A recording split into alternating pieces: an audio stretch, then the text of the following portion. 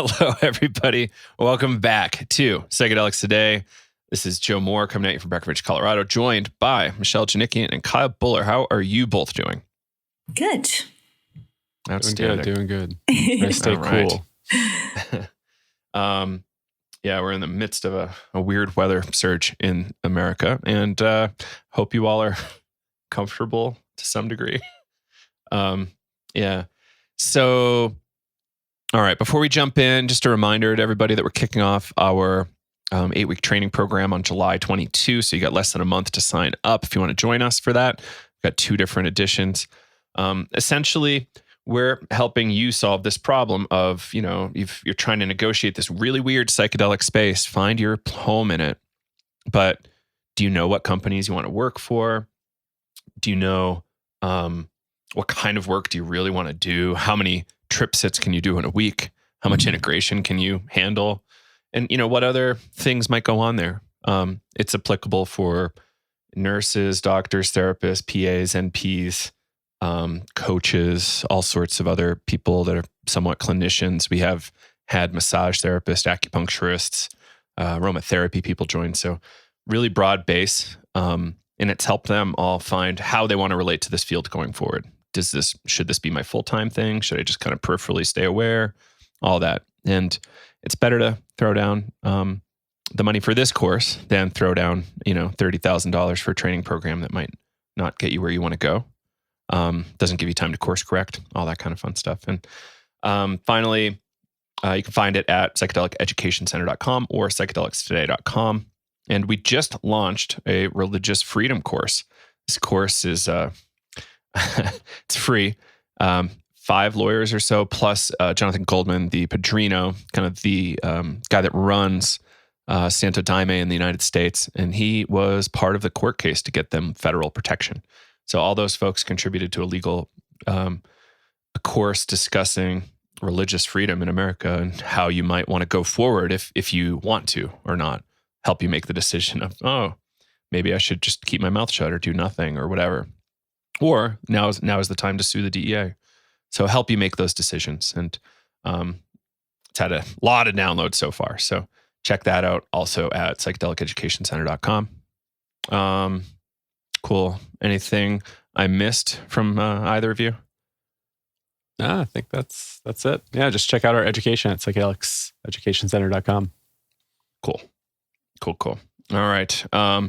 So we're going to get into something a little sticky. And sorry ahead of time.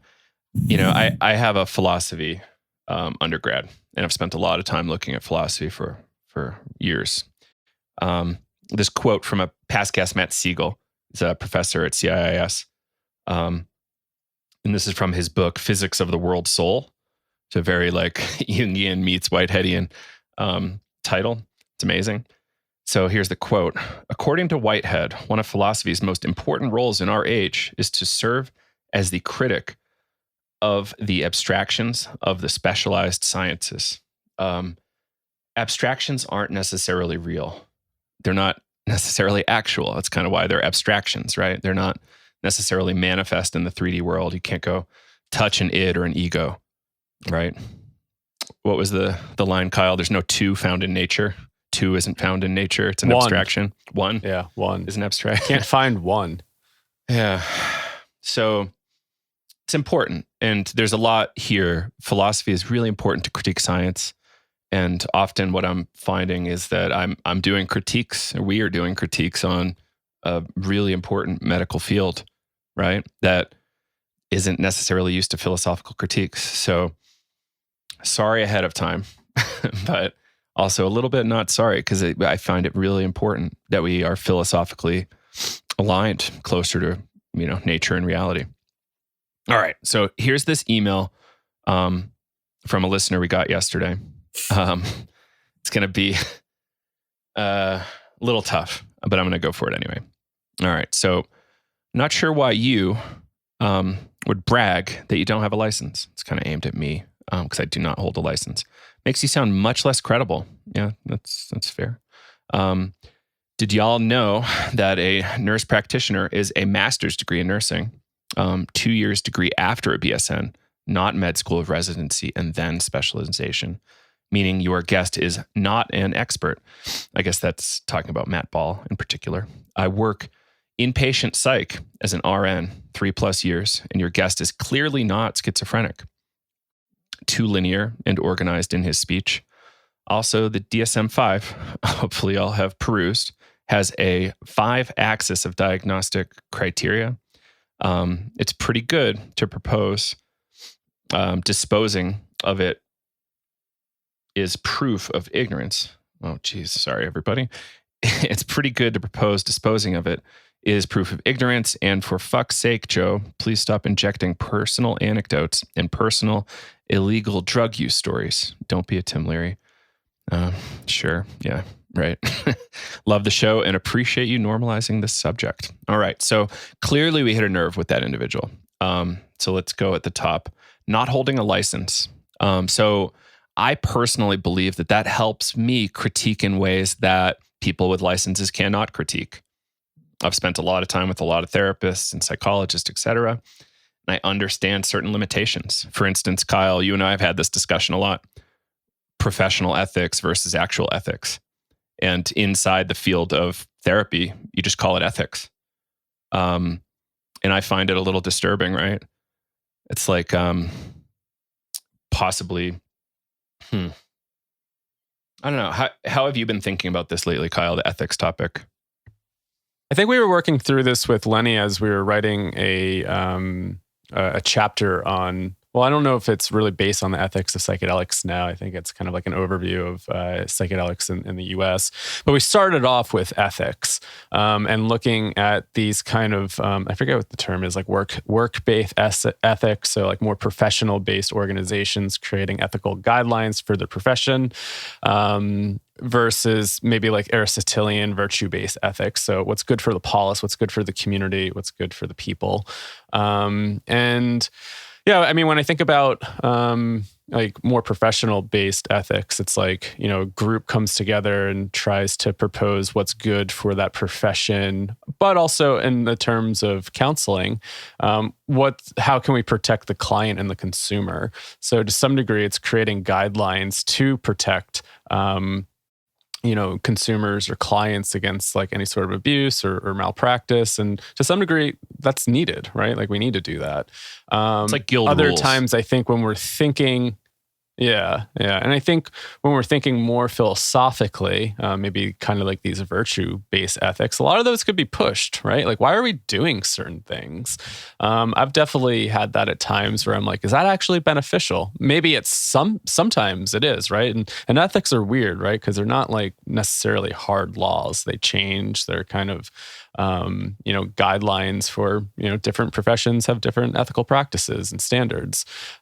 So yeah, they're kind of like these guidelines, but I guess like these virtue-based ethics that, we might think about is thinking sometimes about like bigger picture. So I guess like, and when it comes to, the drug war and psychedelics, I mean, I think we're really thinking about that. Like much of the field is focused in on psychology and psychiatry and the medicalization of psychedelics. But I mean, that's really good for one certain aspects of psychedelics. Like, is that actually, the way that's approached actually good for the community, good for people, good for, the total whole system? Or is it breaking down and just saying, no, it's only good for this certain thing and these are the rules that you need to abide by, versus like looking at bigger system pictures and thinking like, what's the ethics of all of that, right? Like, I think we can make the argument against medicalization at times for limited use and how expensive it's going to be. So obviously that's going to hit a nerve with people in the counseling field, in the medicalization field that want to see these approved therapies. To some degree, having it under there protects people from abuse or harms to some degree. On the other hand, it limits a lot of people with accessibility.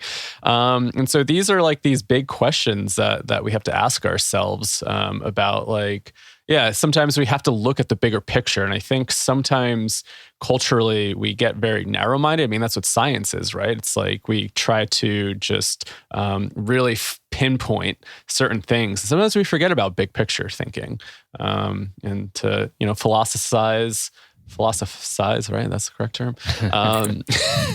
About, what this could look like on bigger schemes. Sometimes that pushes buttons, right? Like, I mean, even I guess if you come back to that whole concept of like having a license, right? Well, from a bigger picture thing, how does that actually limit the growth of a field?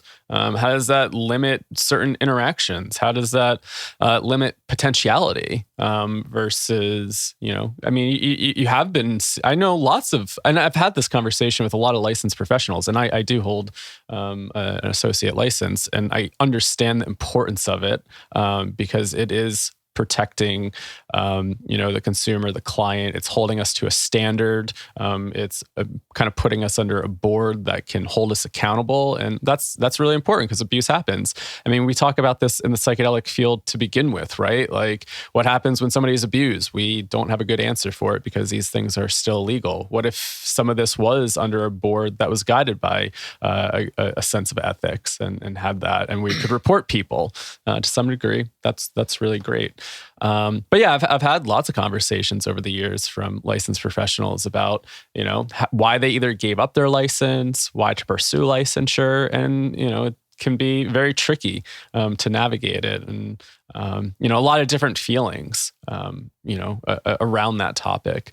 I decided to pursue that because I feel like it's important to, and with kind of like the renaissance here, I think it is important to kind of play within in that ballpark, and kind of having a little bit of that accountability, and also I guess kind of like a guiding force, like how to show up in certain professional standards. But on the other end, I mean, it limits a lot of different things, right? Like, just thinking about doing breath work with people, and just thinking about like clinical work of like body work is so important, right? And as a counselor, even the idea of touch, stuff like that is very taboo, and urged not to provide any touch. And how important can that be, especially as psychedelics are coming into the counseling and psychology field? How are psychedelics actually disrupting this field and really kind of pushing edges at times? Really, these are questions that we have to ask ourselves. And if we're afraid to ask and push against our own professions, our own ideas, then I don't know what we're doing at times. If we just kind of go blindly going, yes, this is it. Like, I think we have to ask questions and push against things. And that is disrupting. And I think a lot of people have a hard time with that disruption. But I always come back to nothing lasts. I mean, we really have to sit with impermanence. Nothing is concrete. And as Joe's point, I mean, everything is somewhat an extraction to some degree. I mean, I don't know. These are my death meditations. This is what happens, I think, my thinking from my teenage years after my near-death experience. I can get very kind of existential and down these rabbit holes of, we have to really question what we're doing here. And do you just go blindly into, yes, this is how it is? Or can we evolve and say, maybe this isn't how it is? Maybe we can evolve. And maybe that does go with pushing the grain a little bit.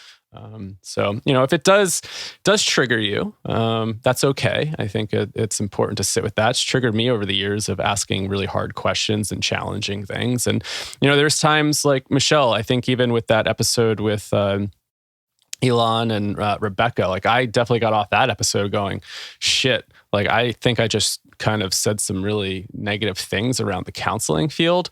But to some degree, these are things that we have to talk about. Privilege. I mean, privilege to your higher education. Not everybody has that. And to say that you're a gatekeeper because you had the money and funds from the government to take out loans and stuff like that, and to say anybody can do it and anybody can get out of their marginalized community that's been kind of like pushed down, oppressed and whatnot, I think there's a little bit of ignorance there. So yeah, I've definitely reflect on some of the things I've said over the years and going, shit, did I really just say that? Or people pissed at me? But, I think we also have to keep asking these questions and push edges. So I don't know, that's my spiel. No, thank you, Kyle. I think it's so important. And disruption is so important. What do psychedelics do if they're not like disrupting the, normal everyday, like waking consciousness? what if we're experiencing this disruption on a societal level? I think we are. I think Tim Leary was also, and I want to just thank Tim Leary for the work he did. I know he's demonized a lot, but actually what he did was really pivotal. I don't think we would be the movement that we are without his work. And so the phrase "don't be a Tim Leary" was really triggering for me personally. But this actually reminds me of an essay I read this morning by Bill Brennan. It's called "The Revolution Will Not Be Psychologized: Psychedelics' Potential for Systemic Change." And there's a lot of groups that are really thinking about this. And this essay is really great. I think it's on Chacruna. And basically it goes into maybe placing psychedelics solely in the hands of counselors and psychologists and psychiatry. Maybe that's not the right move, because then they're only going to be contextualized through that lens, which is an important lens, but I feel like it should be one of many personally. And so, yeah, that is a bit edgy, but I do think that I don't know, just fitting psychedelics solely in this framework, I think it could be, I don't know, I want to see more frameworks, because I don't fit into that framework. I mean, and maybe I am the outcast here, but I don't know. And I don't know, that email was a little much, because I also have friends who are, diagnosed as schizophrenic, but they are linear. They can hold conversations. It's a spectrum. And I think that when we start demonizing schizophrenia like that, and that person can't possibly be this, and it just perpetuates a pretty ugly stigma. And it's quite narrow-minded in my opinion. And I really my psychedelic use and lessons have really taught me to be more open-minded and accepting and try to see things from other angles. So I encourage folks to read this essay. It's really good. It really helped me think about this topic. And I can't really summarize it right now on the spot, but The Revolution. We'll have a link to it in the show notes. Yeah. It's going to be in an upcoming book too on psychedelic justice, but I'll see if I can find it online to link to it. Great. So I'll bring up again Saving Normal, a critique on the creation of DSMs and how that whole process works. Alan Francis was the chair of the DSM-4 task force, professor emeritus from Duke, so no slouch. He had plenty of critiques of DSM. So leaning on DSM for an argument like this just doesn't seem appropriate. Certain scales and diagnostic tools are great. They're really helpful, but people come in and out of illness or in and out of, a situation, right? It's not, I had a psychiatrist that I like a lot tell me at one point that one of my friends also wasn't diagnosed schizophrenic or diagnosable schizophrenic, even though this person spent years in a psychiatric hospital for it. It's that's interesting. So you as an individual know better than that whole hospital. So it's this is a really interesting problem and situation. You'll see this happen in politics, right? Psychology used as a weapon of politics. Yeah. Say, no, that person has XYZ disorder, therefore is not fit to be president or Congress or whatever it is, right? And so this is common, and it's a tough tactic. I believe that person on our podcast, Matt Ball, believe his story. I have no reason to doubt Matt Ball's story. And Kyle, your experience at Soteria when people are being treated for first break psychosis, I'm sure in some cases diagnosable schizophrenia, these people turned out okay without very much meds or active management or inpatient care, right? Well, I mean, yeah, there were some people that really were able to move through it. And I think creating that new, I would say paradigm, that new type of container to hold that was really beneficial to not put labels on their experience and to really be with them and not pathologize it. On the other hand, there were some people that came through there that really needed a higher level of care. And so I do appreciate that having that experience really challenged a lot of the ideologies around spiritual emergence for me. A lot of that stuff went out the window. I could understand it theoretically. I could read it in books. I could think about my own experience. But then when working with people, I mean, that shit just went right out the window. There were people that needed, from their perspective, they needed medication. They needed something else. They needed traditional psychiatry. And so I try not to romanticize too much at times. Like I do see the benefit at times with traditional methods of care. But I also really like to advocate for a paradigm shift, because how much of that is just stuck in our thinking, right? There was part of it that these people were already exposed to the system. We weren't necessarily getting people with first breaks. And so to some degree, they were already exposed to psychiatry. They're exposed to medication. They were coming off medication. There's a whole kind of things that were happening that, and I can't really speak from their experience, right? That's their experience.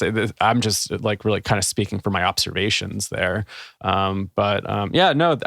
Then that came up with some of my ethical questions of, we have this ethics of guiding people through these states. Is this actually beneficial? Right? I mean, there are times when I was really sitting with people in very extreme states going, this whole concept to be with somebody, but this person, is this container actually the container that they need to be in? Are we actually doing more harm than good right now? And so, I definitely pushed against that at times, going like, I think this person might need something like a higher level of care. I want to be with this person, and I'm working through my own shit to be with this person. But are we actually doing a disservice to this person that might need something else? So I don't know. And just so to be I want clear, to comment here. Sorry, were you just one last thing about this person saying Matt Ball is not an expert on schizophrenia, because Matt Ball is not a medical doctor with a specialization. And I think that's kind of rude. It's like, okay, you need specific credentials in order to be an expert. It's like that. It's kind of proven to be false many times over. Go ahead, Michelle. Oh, I wanted to ask Kyle, when you were working with these folks at Solteria, was it with ayahuasca? And that's what you're talking about? No. This is just a residential home for people experiencing early episode psychosis. Oh, I guess I thought I was thinking of Soltera. Soltara and Soltera. Yeah, they get confusing. I find okay. Sorry. I just thought, like, to be clear, I was wondering what you were talking about. Thank you. Sorry. Never mind. Thank you for clearing that up. I felt like I had something to say to what you were just saying, Joe. Oh, well, yeah, this idea that like you need a PhD to be an expert, right? I mean, it's kind of like a very patriarchal way of thinking about experts. That's all I wanted to say. And I think that, yes, education definitely helps people be experts, but there's more to being an expert on a subject, I think, than a degree or, people can be self-educated. People can have experiences and reflect on them for years. And that can also make them an expert on a certain topic. And I think that... Right. Yeah, I think part of our whole cultural shift right now is trying to make more space for more than, what the older system, deemed and told us what was right and wrong. I think, beyond psychedelics, our society is going through a shift that is questioning all of these things. And psychedelics are playing a big part, I believe. And so let's just give them the space they need to help us as a society, I think, just re-examine ourselves. Cool. And hopefully the final point here, I want to read this quote from James Kent, host of the past Dose Nation podcast, author of Psychedelic Information Theory. He posted this 16 hours ago on Twitter. Old school psychedelic expert, credibility based on number of drugs taken in different doses. New school psychedelic expert, credibility based on successful deflection, talking about personal drug use. And I think there's something going on there. And if the last comment here about like, don't be a Tim Leary and quit talking about illegal drug use. It's like, well, what would I be talking about then? Like I can talk about breath work, but it's kind of boring sometimes. It's not as risky, maybe. But helping decrease stigma through storytelling, I believe is crucial. And I think that's a big portion of why we're here doing this show. like how many of my drug experiences have been legal? Don't know. I don't think very many. And I'm not going to go ahead and pretend that I went to the Amazon. I'm not going to lie to you. I just think it's important to show that, hey, these laws are unjust. I'm justified in breaking these laws, and I'm going to continue to do it. I'm going to try my best not to get incarcerated. And that's the story. I don't know.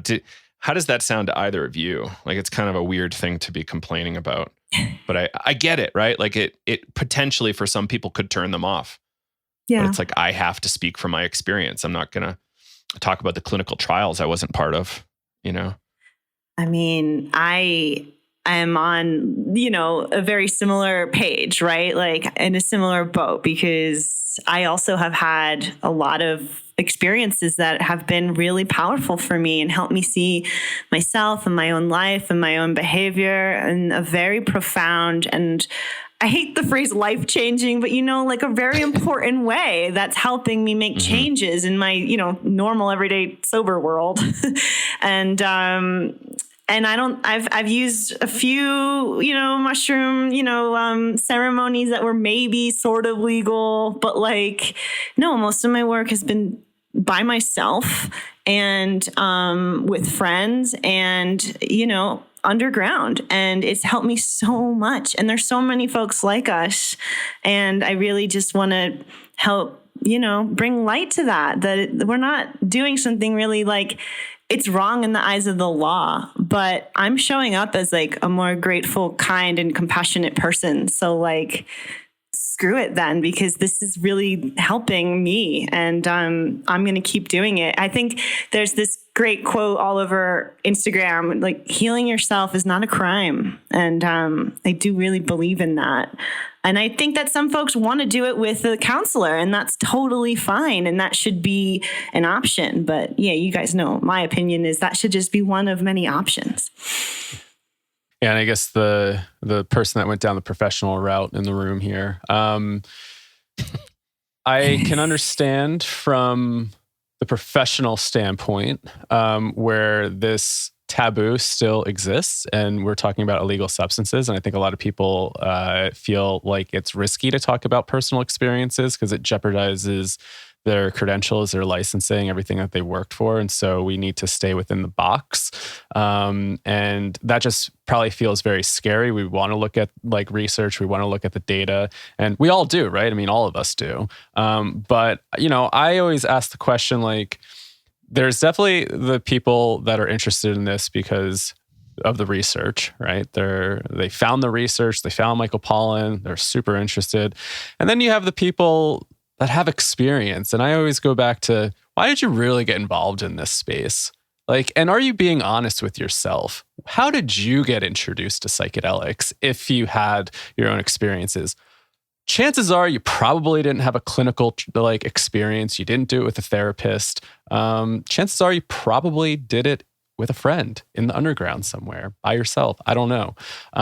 So also being really honest with yourself and saying, how did you get introduced to this? And really think about your own experiences and how profound that was for yourself. And I get it. We have to put on our professional masks at times when I'm talking to other professionals. Knowing your audience is important, right? So if I showed up with my 21-year-old self trying to talk to some of the psychiatrists that were colleagues at certain places about it, they would just look at me and be like, what the hell is wrong with you? You hippie or whatever. But whenever I would bring data and, trying to talk about this from more a scientific perspective, they were more willing to listen. They go, oh, okay, I believe in science. I don't believe in your experience, though. And I think that's a cultural weird thing, that we don't believe in people's experiences all the time. We want to see data and facts. And I come back to, what is the only thing that we do know? Your experience. And I'm going to go back to Whitehead and what Lenny says. If you really want to understand the fundamental nature of reality, start with experience. Typically in science, we start with atoms. I've never seen an atom before. I don't even know what that is. I guess I can feel it by touching things, but it's a constellation of atoms.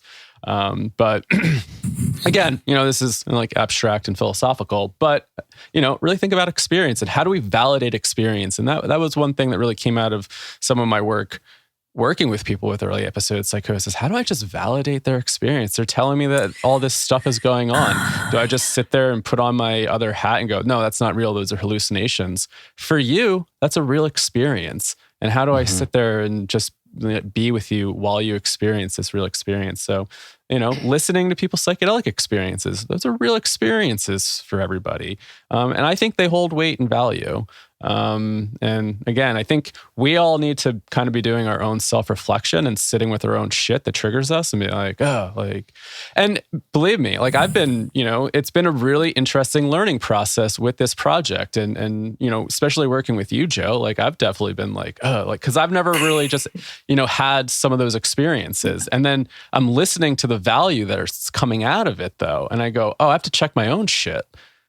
We have to listen to each other and really see like what people are bringing to the table and how those experiences are actually valid. I've been more kind of oriented towards the therapeutic use, and I'm seeing other sides of it, and that's been a huge growing edge for me. In the beginning, I'm like, no, I don't think there's any like therapeutic use in that. Like, it's got to be done this way, done with a shaman or a counselor, or it's got to be done in this container. And I'm starting to see things differently, and I think this project has pushed my edge in lots of different ways. Talking to so many people, hearing people's stories and experiences. So I don't know. That's my 2 cents.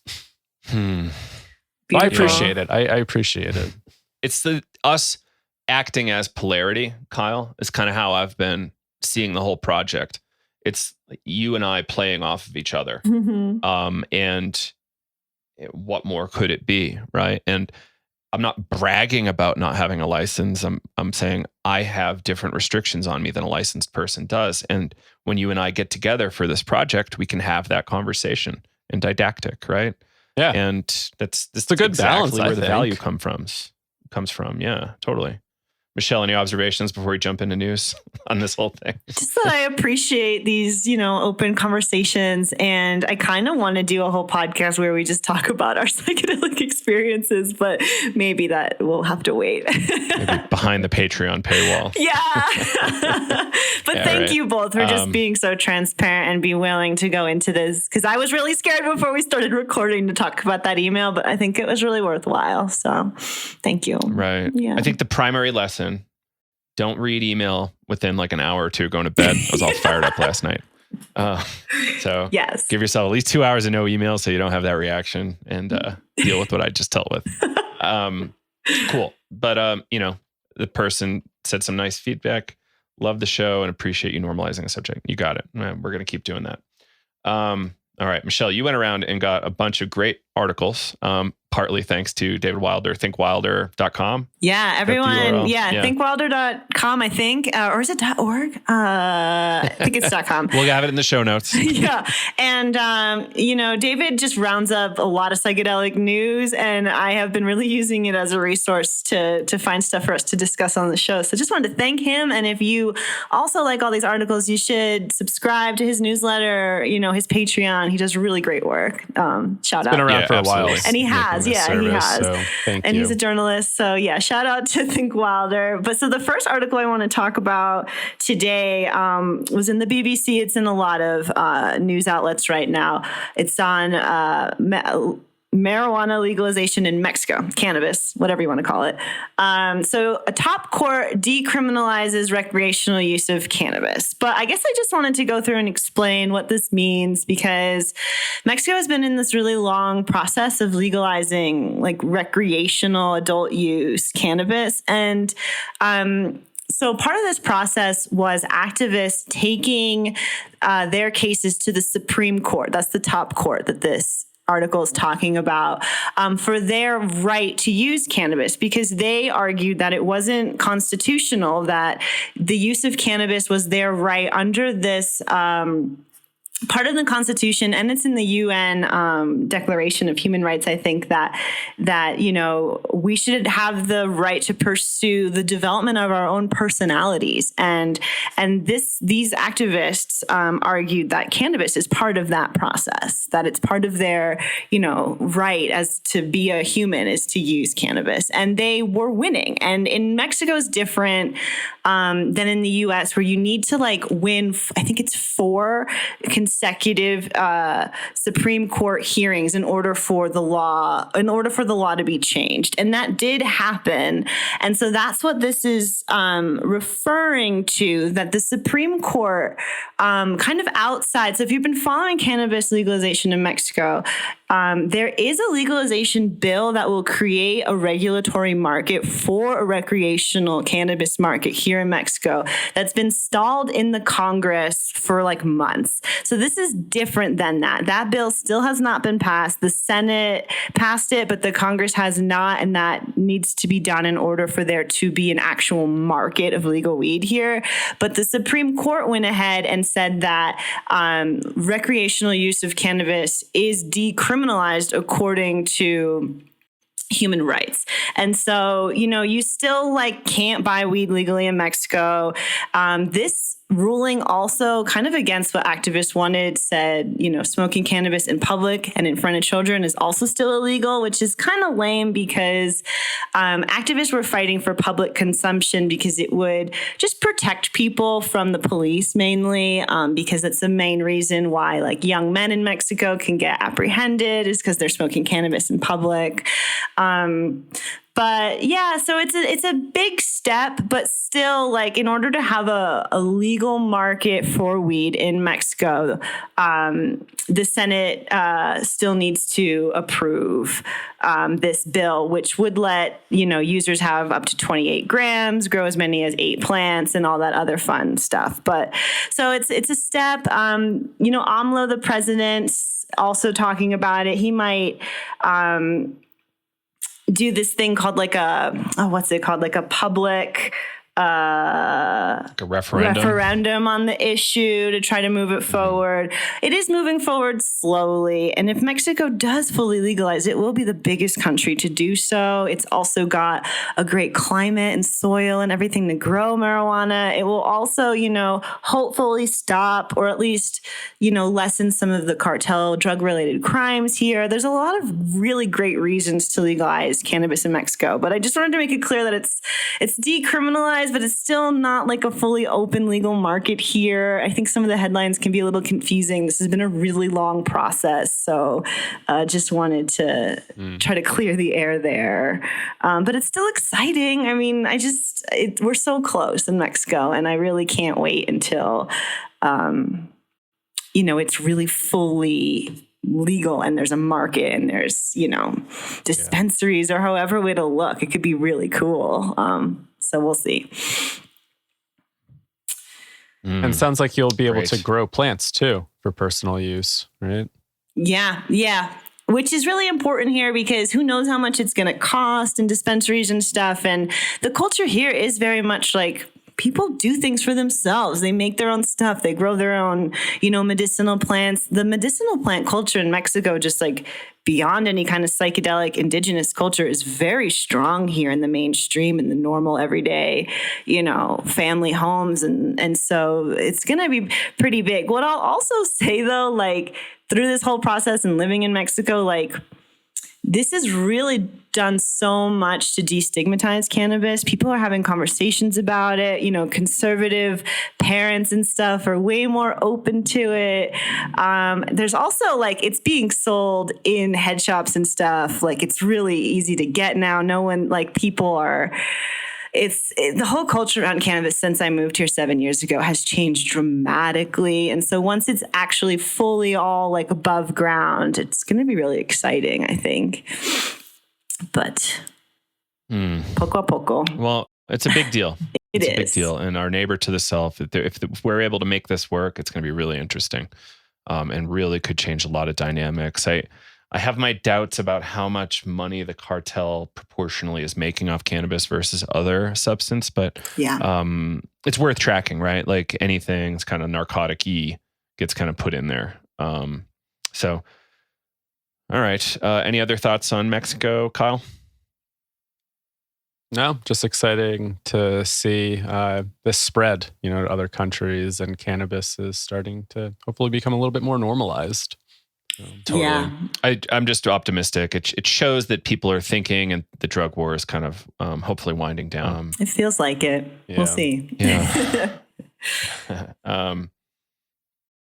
Somebody on Twitter is, again, similar junk. It's like drugs aren't animate. They can't win anything. It's like drugs can't win the war on drugs. It's like, yeah, get over it, man. It's fine. Like, it's just semantics. It's words. I understand why we need to be accurate, but I don't think anybody's misunderstanding that. All right, next up, Truffle Report, maybe my new favorite site. Same, I know. So title here, California Assembly Committee passes psychedelics bill. This is the SB 519 from Scott Weiner, showing that there's a pretty broad base of support for decriminalizing, if not legalizing, actually, possession, transfer, and manufacture of a number of psychedelic substances. We noticed that ketamine was removed. Yeah. And that there's now a movement from some Native American groups to get peyote back on there. It's really interesting. Cultivation. Yeah. Not for picking in the wild, I think, but give people the right to grow their own peyote to keep it alive, I think is the idea. Mm-hmm. Another interesting part about this bill is it will also decriminalize drug testing kits, so that users can test their psychedelics. And there's a quote from Weiner in this article that says, to confirm that they are not contaminated, that is something we should be promoting for all drug use, which is very true. Especially LSD is one of the most misrepresented substances. So that would be great. Yeah. I remember recently, Mitch Gomez and a number of others he's the executive director at Dance Safe, were able to do a drug paraphernalia bill, or work through this drug paraphernalia bill, and had drug test kits removed as a paraphernalia item. Awesome. So people can, at the state level, not get in trouble for test kits, which is extraordinary. And there's other safety reasons, around why Dance Safe would be involved. But it's pretty cool to see that there's this traction. And yeah, I saw this last night when I was out. I'm like, this is extraordinary that it's making it this far. Digging through the bill, it looked like there was one final committee. I think in section 19 of SB 519, Commission on State Mandates determined that this act contains other costs mandated by the state, reimbursement to local agencies, blah, blah, blah. So you can read that yourself in section 519. So that might be the other committee that we were looking for. So we passed the Health and Safety Committee.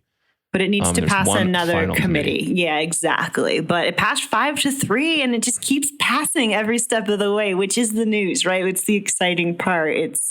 Looks like, I don't want to jinx it, knock on wood, but it looks like it might happen. Oh my God. Yeah, right. It would be, Colorado's got too many people moving here. I think California can handle them if they put this through. We get a lot more people leaving Colorado, which, I think we're at capacity here. All right, next up, unless there's any more thoughts on this one, who is this peyote conservation group? Cactus Conservation Institute. Stephen Van Heiden. So he made a push to ask for an exemption. Yeah, it's a really complicated thing. I remember having this conversation with IPCI, International Peyote Conservation Institute, I think. And they have, over 50 tribal interest groups represented in their organization. And the interests are quite diverse amongst these tribal groups. And some people want to grow massive amounts of these cactus. Others do not. Others think it's sacrilegious. So you're dealing with kind of this interfaith political action group, and you're not, Catholic Church dogma is clear, right? In a 50, a cohort of 50 groups being represented, you're going to have a lot more ambiguity. So we're going to run into these kind of conversations that are happening here with this next Truffle Report article. peyote conservation groups asked to include cultivation in California decrim bill. Because, this stuff is getting endangered. People are really interested in peyote. I saw John Mayer wearing a peyote t-shirt on his Instagram the other day. Like, that can't be a good sign. Because as cool as he looked wearing a peyote t-shirt, it's like not aware of the ecological situation. To me, that's how I read it. It's like, I'm going to wear like black rhino horn, like t-shirt. It's kind of like how it's how I saw it. So we've got to be careful about what we do. And we've got to be really careful around these Native American issues. Like, we've already done so much nasty stuff to them as a country. And are we going to continue to do more? Are we going to include them? And what's the healthy way to include them? In this psychedelic community, we're kind of new at this. Yeah. Like, some folks have been at it for a while, but the community at large, acting like we understand what they want is, it's probably a little bit too much too soon without actually sitting down and talking to them, getting respect and rapport rolling and digging in. I remember a while ago, there was some sort of weird call out battle happening between a number of groups. Like, this group isn't really recognized as being Native American and all this other shit about like peyote rules and decrim nature. And I was like, this is such a like nasty little battle. And I hope that nasty little battle doesn't come back and we can be civil here as we try to build a helpful civil society, a healthy civil society. Sorry for ranting on that one. Anybody have anything on that one?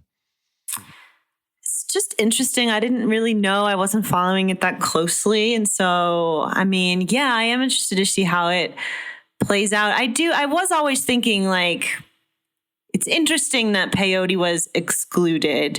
I want to support the, indigenous folk who it's their initiation ceremony. Like, of course, it's so gutting for them when they can't find it. It's like really a really big deal to not be able to find it in nature and with construction at the border and stuff, like, because that's where a lot of peyote grows is in the Texas-Mexico border. And, it's being destroyed. And so, I do kind of believe that being able to cultivate it, at least maybe special, like maybe licenses for particular groups is maybe really important.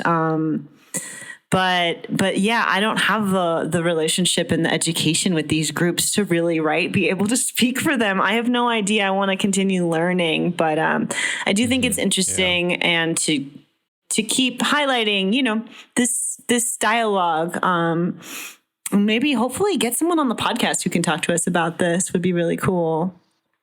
I'd also really be... Miriam from IPCI is amazing. I would love to get her on. I'd be so curious to learn about, I'm really new to peyote and San Pedro. I'd really be curious to learn about, is the experience different? Like, what I understand peyote is what's sacred to these communities, but like, I don't know anything about it. I don't have experience, and I'd love to, learn more about how it feels for folks and I don't know, is there a different spiritual signature, a different experience, different visuals, I have no idea. I need to learn more. Right. Yeah. Slow and steady and building relationship and not like forcing things, I think is the way to go here. Be really gentle and listen probably way more than you talk. In these conversations with tribal interest groups, please. And have a lot of conversations if this is something you're really into. Cool. All right, that's enough of a downer. Up on a high note, Truffle Report again. Oregon Psilocybin Board on track to meet timeline goals. Essentially, Michelle, you said this one saying there's no delays. Yeah.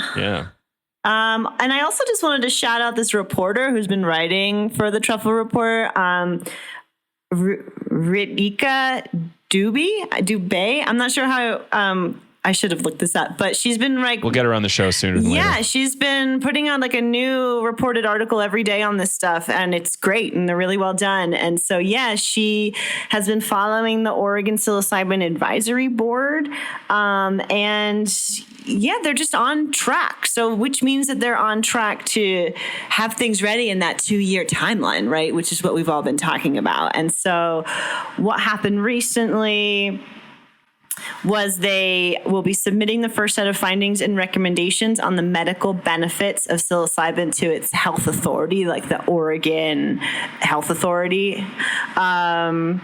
And that will be shared publicly on July 31st. So in about a month, we'll be able to read those findings. And it also means that they're on track to make recommendations for further defining and setting the stage of minimum requirements to be a facilitator. So all those like training programs and things that I know our audience is probably quite interested in, they are on track to providing those kinds of guidelines. And eventually, I think the goal is to get the training programs up and running by like January or something. We'll have to check with the Fruiting Bodies Co. But I do believe that was the idea. So when the 2-year mark is That's done, the only way they're going to meet those timelines. Exactly. That they'll have a whole year to have been training facilitators. So when it opens, they'll be ready. So...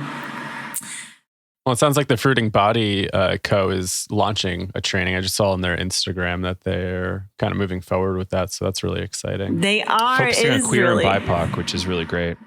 Exactly. I'm really excited for them. That was really big news. And yeah, it's great. So they'll be able to train facilitators, or they're working on their program to train, queer and BIPOC facilitators. So queer and BIPOC folk who want to, get psilocybin assisted therapy in Oregon will be able to do so with facilitators that, make them feel safe and comfortable, which is so important. So shout out to Fruiting Bodies. They're doing such great work.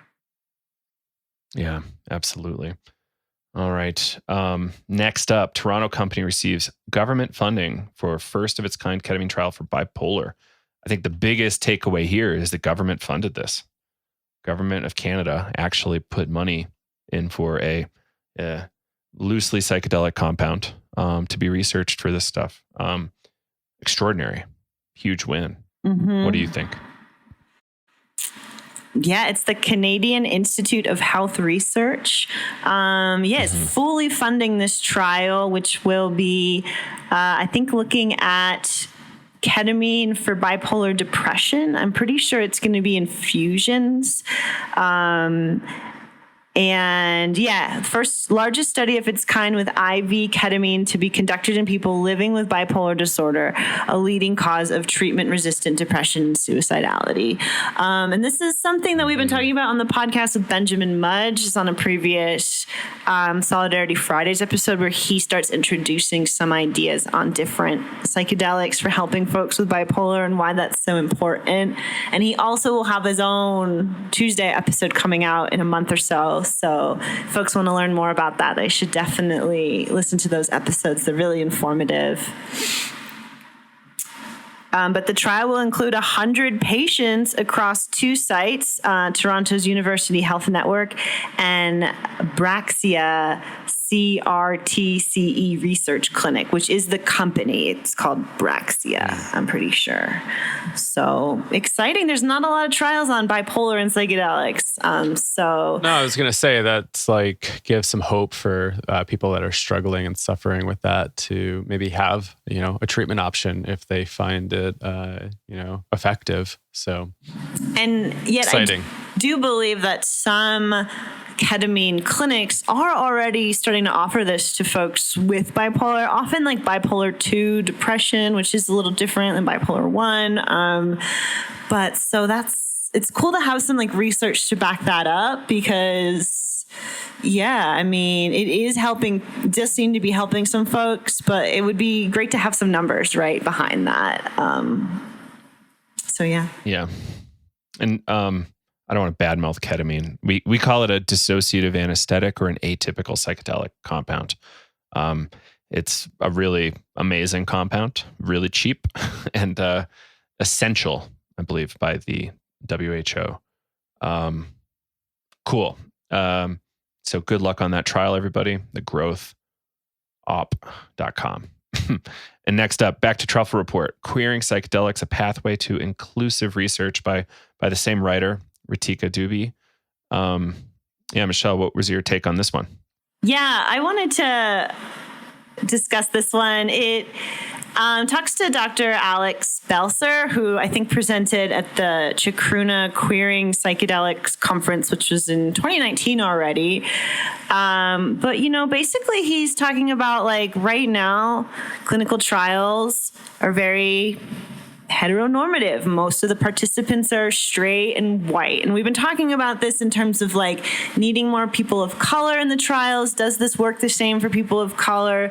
Does the, system that we're having the therapist operate under, does that work for people of color? And I think this is the same argument, but for queer folk. They are going to need like special considerations. They're going to need like sensitivity training. They're probably going to want queer facilitators to be able to really like hold that space and feel safe in. And there's really not a lot of that work going on yet. It's really more just like mainstream middle class white culture, hetero white culture.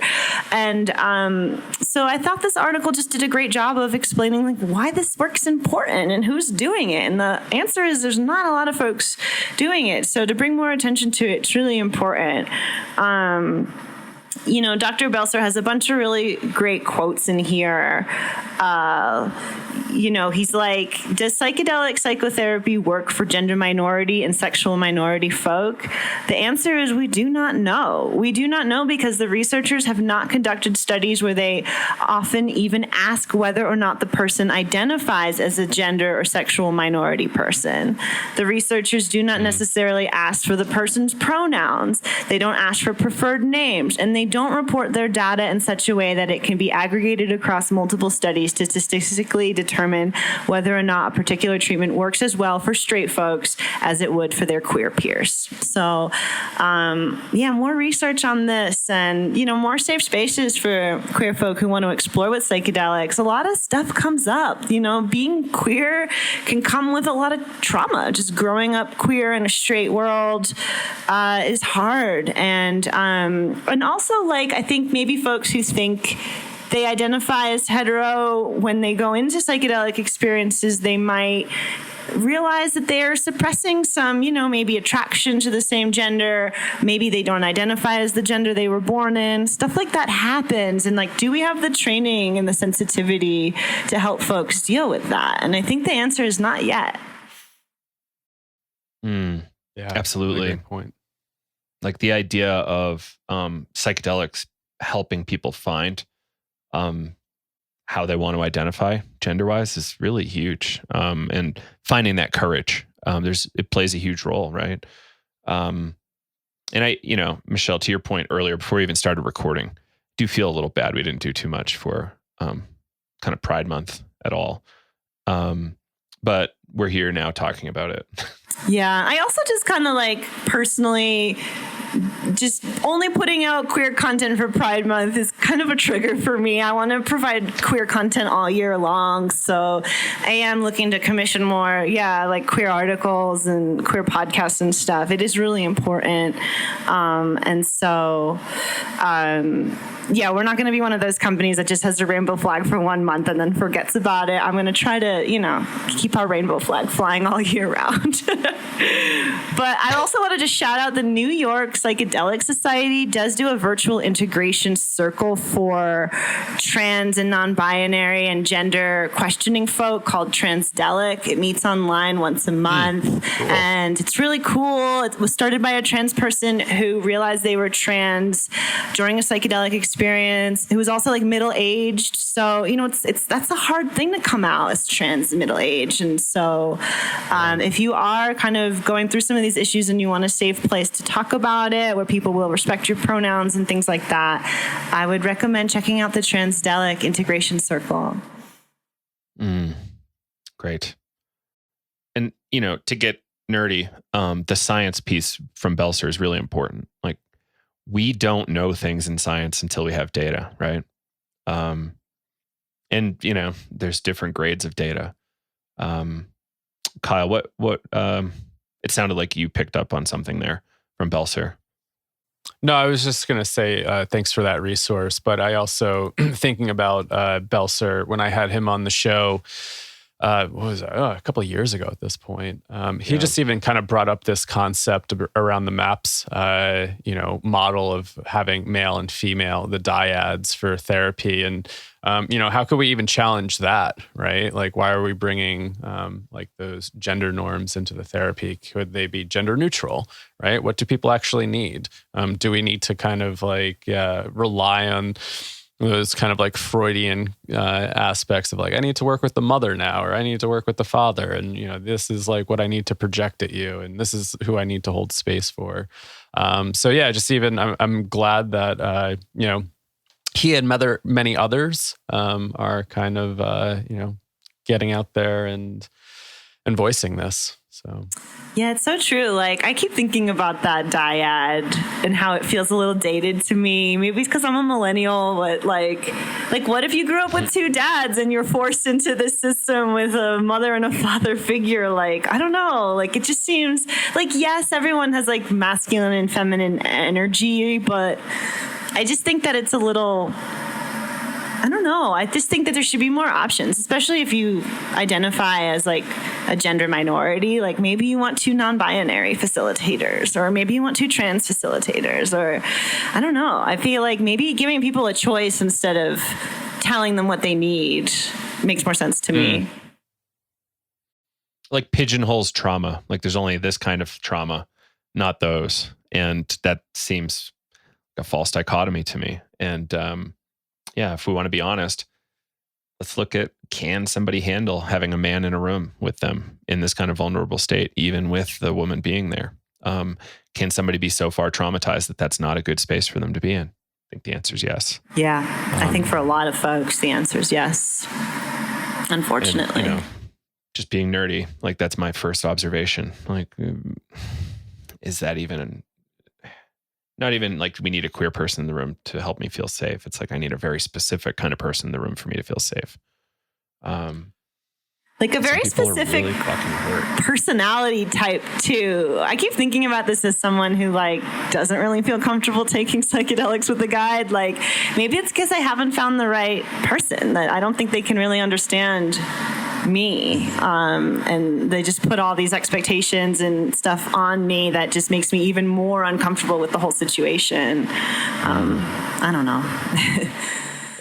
Just brings up even like this question around like accessibility and privilege and training, right? Like you're talking about like needing all these different types of people and personalities, and are those folks even getting training and education? Are they able to, there's a, survey here, right, in that report, just saying a survey published in January 2021 states that LGBTQ scientists were more susceptible to facing harassment and career obstacles, with fewer opportunities to develop their skills and access resources, while they had similar education levels and work efforts or job commitment.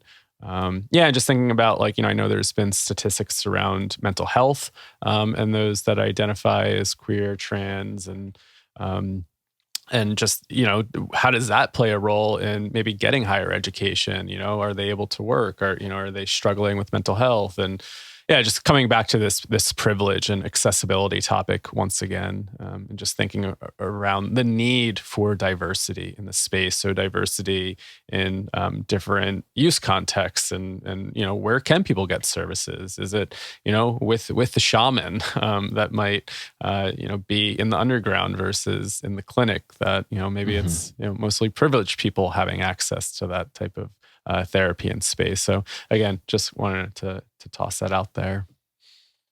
Our new friend Aize had some really interesting and important things to say in class recently when he helped us co-teach that recent episode. Was this idea of African culture, African American culture, having this long running tradition of plant medicine, and that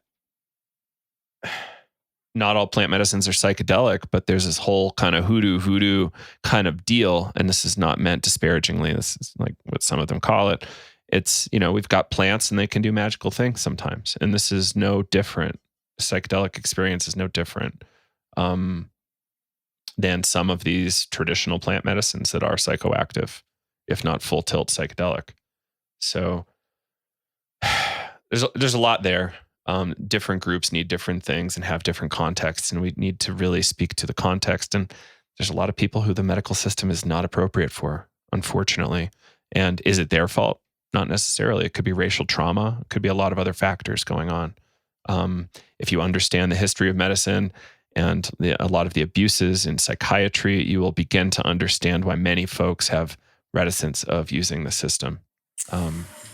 And for, Michelle? yeah, just like thinking in those terms, like also just like being a woman and going to the doctors, this whole thing where they like never believe you and just kind of patronize you at every step. Like, I don't know. Oh, your pain can't be real. Oh, you're delirious. Oh, you're hysterical. All this kind of like, and people are just like, once you go through that a couple times with a doctor, like I had a gynecologist like ask me these really inappropriate questions recently. And I was like, what century is it? Like, oh, I'm so uncomfortable right now. And just like, and so, and then it becomes more understandable why minorities, marginalized people don't want to enter into this system because we never felt included in it. And so like, why put ourselves in really vulnerable states in front of people that we don't think can really get it because they've proven by their words and behaviors that they aren't sensitive to what we're going through. So yeah, it's a tricky one. And, with like queer folk too, like with the bullying and everything that goes on in schooling, like it's a big reason why a lot of folks don't make it to higher education or even finish high school. Like it's pretty brutal to live in that system and to be different. And so, yeah, there's a lot of work to be done there for sure. Yeah. And let's talk about the, just briefly, the racial baggage on the term integration. Aize made a really great point. Is integration an appropriate term to be using? Integration for a lot of Black folks means, we're going to try to integrate you into white society. Culture. Yeah. And erase your culture. How obnoxious and like insensitive is that if we don't look at that carefully? That's just more ammo for me to like not want to use that term. I was like, thank God. Thank you, Aize. I've been allergic to it for a while because I hear about it too much. Not that I don't think it's important. I just don't think we talk about it properly. It just like brings me back full circle to the beginning of this conversation, which is just like, oh wait, I forget what I was going to say. We'll come to that. Oh my God, wait, maybe cut that.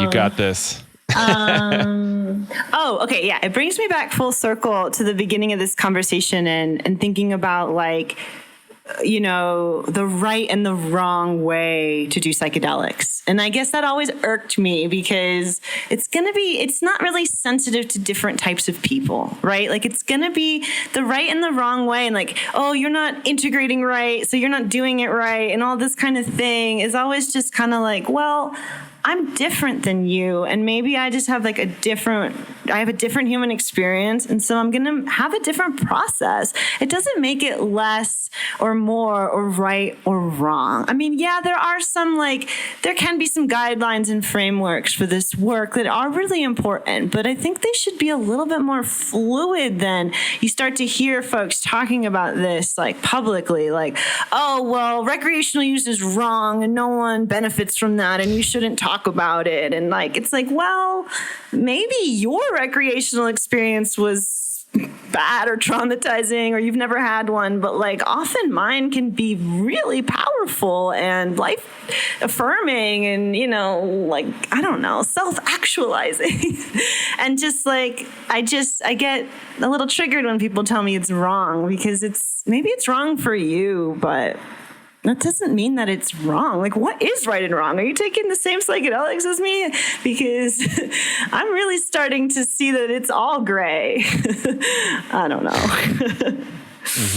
That's interesting. Yeah, right or wrong ways to integrate. But yeah, I mean, that also brings up a interesting conversation, just that term integration and integration back into society. It's what are we doing sometimes? Or are we, when we have a lot of these like transpersonal numinous experiences, do we go, okay, how do we fit this into the mold? That is, coming back to this topic that we've talked about over and over again about like, a mad society or a sick society. It's like, okay, so we've had these like really powerful experiences. And then so we go back and try to fit it into this mold that doesn't seem to be working. Or, do we take this and try to do something else with it? Why do we always have to integrate back into society to some degree? Society's sick. Why do I want to go back to that sick environment? Yeah, it's a good point. Right. And this is going to be, that particular point, Kyle, is going to be a big sticking point for how effective is psychedelic treatment. You slap a Band-Aid on, it might be a pretty expensive one if you're inside a clinical environment. If you go back to a really sick environment, is that a good thing? Is that a helpful thing? And I don't think we have a clear answer yet. So food for thought for everybody. All right, final article, and we can do this one quick. From NORML, our friends at normal.org, NORML, no A. Connecticut becomes 18th state to legalize marijuana for adults. Biggest takeaway from that one is it didn't even really make many headlines. How amazing is that? And New York hasn't been able to get their shit together to sell legal recreational cannabis yet. And this appears to be kind of a chink in the armor. Like we're now able to get in there, and New York now has ready access to regulated cannabis products. I think that's really interesting. Well, I mean, New York did legalize recreational marijuana. It's just going to take them a little while to like get it together. Like it has taken a lot of states like a year, but Connecticut too, like they're not expected to open dispensaries and have it available for about a year as well. Okay. It just takes a little while. Is there an expected date for New York? I don't know it, but there probably is. It might be January 1st of this year, but don't quote me on that. But like in Connecticut, as of July 1st, so it'll already be when this podcast comes out. Adults ages 21 and older may legally possess up to 1.5 ounces of cannabis flower or an equivalent amount of cannabis concentrates in public, which me and Kyle were chatting earlier is kind of a lot, and up to 5 ounces of marijuana in their private residence. So you can possess weed and not have a medical card legally now in Connecticut, and in like a year you'll probably be able to purchase it, and there will be like dispensaries and things like in California or Massachusetts and whatnot, Colorado. But I think that's also really funny. But yeah, it's like barely like 18th state. Like, yeah, who cares? Weed's legal. Like it kind of feels like we're almost like moving on in a way. But there actually is still a lot of work to do in that arena. But the whole tri-state area is now legal to consume cannabis, which is like really, as a kid growing up in the area, I would have never believed it. And so it's exciting. Another cool thing about this law is those with past criminal records for activities involving up to 4 ounces of cannabis will have their convictions automatically expunged under the new law. So like, hell yeah, nice. Connecticut. That's wonderful. Good move. Also, the new law limits the discriminatory actions that employers, hospitals, and others may take against those who test positive for cannabis and for past cannabis exposure. The act also provides protections for parents and tenants who use cannabis in compliance with the law. It mandates that the odor of marijuana alone cannot be used as a basis for police to search an individual, and it prohibits jail time as a penalty for those under the age of 21 who are caught in the possession of marijuana. All really good steps. Like, I'm really excited. And what was the limit again on concentrate? Congratulations, Connecticut. I was going to say the equivalent to 1.5 ounces, which is like, I don't know what that exactly means. It's definitely less than 1.5 ounces. I don't know how to do that. Thankfully, math. Concentrates travel really lightly, so it's not that big of a deal. Kyle, what were you going to say there? Sorry for cutting you off. No, I was just going to say, like, we were chatting a little bit before, like I drove up to New Hampshire a few weeks ago. And it was just interesting driving through Connecticut and seeing all the cannabis dispensary signs from Massachusetts. And I'm like, oh, it's kind of like fireworks, right? Like fireworks illegal in one state, but you get all the ads, billboards to the other state. And I'm just like, yeah, I wonder how many cops are just like kind of sitting on the border waiting for people to come back over to arrest them. So it's just like a funny thing. It just kind of, I don't know, really got me thinking of just how crazy all this stuff is, how states are legalizing. It's still just federally illegal. And, it just seems absurd. When you really start thinking about it. Yeah. People got to be careful when they go across state lines. It's really a scary thing out here with Colorado plates going into Wyoming or Utah or something. And previously it was scary going into Arizona, no longer. Yeah. So the times they are changing. Things are going in a positive direction, it seems. And I'm excited to see how it all shakes out. Cool. So yeah, everybody keep up the good fight. We got a long way to go, but we have wins now, which is psychologically very helpful for us to understand that traction can be made, even when you're in the face of a lot of ignorance. So let's keep it going. Good data collection is super important. Good politics is super important. And just contribute to the field how you see fit, but know that certain places might have more effect than others. Yeah. All right. Well, I think that's it for now, everybody. Thank you all for tuning in. Thank you, Kyle and Michelle. Again, July 22 for Navigating Psychedelics for Clinicians and Therapists, and you don't have to be a clinician or a therapist to join us. That's just how we talk to the material.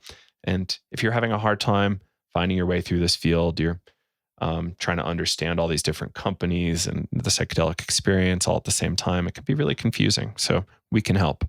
Come on down to Navigating Psychedelics for Clinicians and Therapists, July 22, and we will give you a very solid foundation for navigating the rest of your career in psychedelics, if that's where you want to be. All right, everybody. Thanks for tuning in. Thank you both, and we'll see you on the next episode. Bye-bye. Take care. Bye.